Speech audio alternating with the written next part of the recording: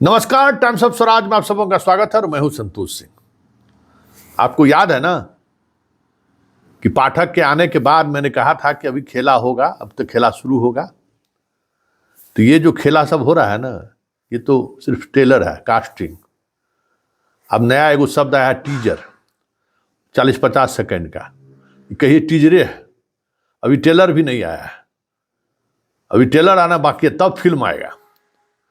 और जिस दिशा में संकेत दे रहा है टीजर, वो संकेत है कि पाठक जी का विदाई अब तय है, या फिर वह अराजकता की इस सीमा को लांघने को तैयार हैं कि मुख्यमंत्री मजबूर हो जाए उनको हटाने के लिए, जबकि ऐसी कोई बात नहीं है। आप ही लोग ने कह रहे थे कि बातचीत हो गई है, सब कुछ मनाया गया है, उनको मनाने के बाद वो आए हैं। तो पहले तो मंत्री हटे, तो कुछ लोग कहे कि मंत्री पाठक जी के कहने पर ही हटाया गया है। मैं कह रहा था कि आलोक मेहता का आना जो है पाठक की विदाई का रास्ता है।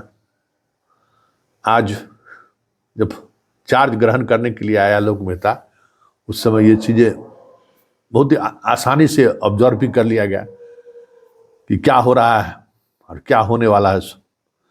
खैर, जिस तरीके से पटना, नालंदा और शेखपुरा के डीएम ने ठंड को देखते हुए छुट्टी दिया था, उसको लेकर अभी थोड़ी देर पहले अपर मुख्य सचिव के निर्देश पर कन्हैया प्रसाद ने एक पत्र पटना के जिला शिक्षा पदाधिकारी को भेजा है।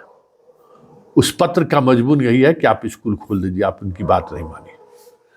लेकिन बड़ा सवाल यह है कि इस तरीके का पत्र जारी कर पाठक संदेश क्या देना चाहते हैं कि हम कानून के पक्षधर हैं, मतलब हम कानून और नियमावली के साथ खड़े रहने वाले अधिकारी हैं, या फिर हमारे मुख्य कानून है, हम जो चाहेंगे वही करेंगे, चाहे कानून कुछ भी कहे।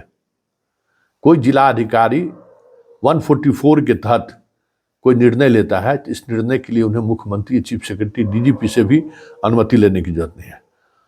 और इस अनुमति को तोड़ने वाले को जेल भेजने के लिए भी किसी से अनुमति लेने की जरूरत नहीं है। 144 अपने आप में एक मजिस्ट्रियल इम्पैक्ट है जो डीएम में निहित है। डीएम अपने उसी मजिस्ट्रेट का जो पावर, वो दंडा अधिकारी का जो पावर है, उसी पावर के तहत उसको जारी करता है, जिसको के पाठक ने पत्र के माध्यम से कहा कि हमसे उनको पूछना चाहिए, स्वीकृति लेनी चाहिए। ठीक है, ये तो संयोग है कि पटना डीएम चंद दिनों के ही मेहमान है, मतलब उनका 3 साल पूरे होने वाला है और आज के बाद चुनाव आयोग का आज लास्ट डेट है। उसके बाद फिर राज्य सरकार तबादले कर सकते हैं और पटना डीएम का तबादला तो तय है। उनके जगह पर दरभंगा के डीएम आएंगे। इससे पहले सरकार ने अनुमति भी मांगी थी। लेकिन बड़ा सवाल यह है कि इस तरीके का पत्र जारी करके पाठक क्या दिखाना चाहते हैं कि हम रंगदार हैं, हम बाहुबली हैं, हमको जो होगा सो हम करेंगे, हमारी मर्जी, हम किसी की नहीं सुनेंगे।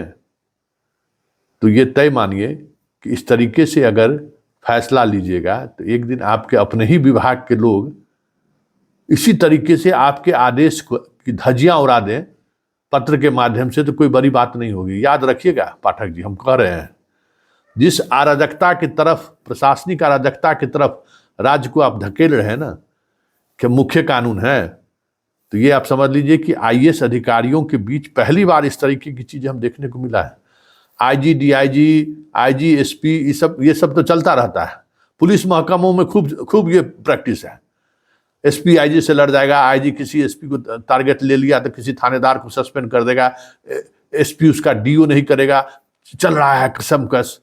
लेकिन प्रशासनिक महकमे में ये मैं पहली बार देख रहा हूं कि कुछ इस तरीके की चीजें हुई हो। खैर, देखिए आगे आगे होता है क्या।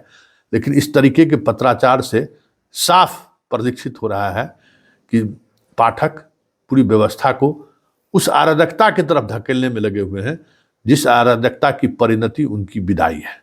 वैसे इन्होंने जो बिहार के शिक्षा के सुधार में जो काम उन्होंने किया था, कहीं न कहीं इस तरीके के फैसले की वजह से वो सारा काम लोगों को जेहन से उड़ता जा रहा है जो दशकों तक लोग याद रख